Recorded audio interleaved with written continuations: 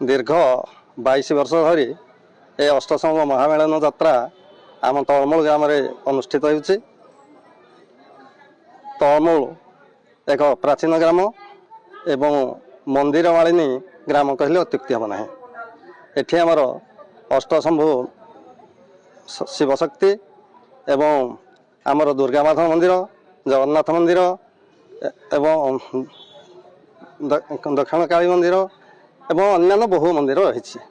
तेणु ये मंदिर मानकर एवं ठाकुर मानकर उत्कर्षता प्रतिपादन करने एवं तांकर सान्निध्य लाभ करने आमे प्रत्येक वर्ष यही अष्टमी रुक्णा रथयात्रा दिन अष्टसंभ महामेलन कार्यक्रम अनुष्ठित करुछु।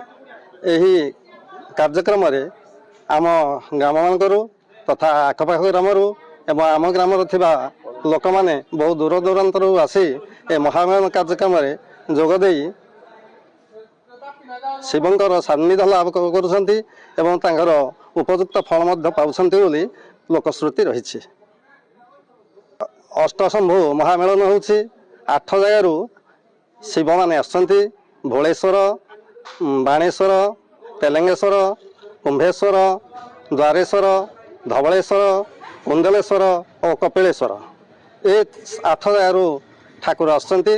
ग्रामर मध्यभागरू शासन ग्रामर प्रांतरू ए कार्यक्रम आसी गटमूल ग्रामर प्रांत पर्यंत आमर माँ ठाकुराणी मंदिर पर्यंत ए कार्यक्रम आसी। यही कार्यक्रम रे 1000 रु अधिक लोक योगदान कर ये आम गाँव उद्योगी भक्त मान द्वारा अनुष्ठित होउछि। एतिरे विशेषकर आम गटमूल एवं शासन ग्रामर बहु उद्योगी व्यक्ति अच्छा।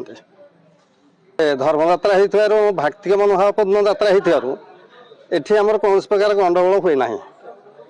तेणु आम भक्त मान भितर यार दायित्व नहीं पिला माने भरणा करते।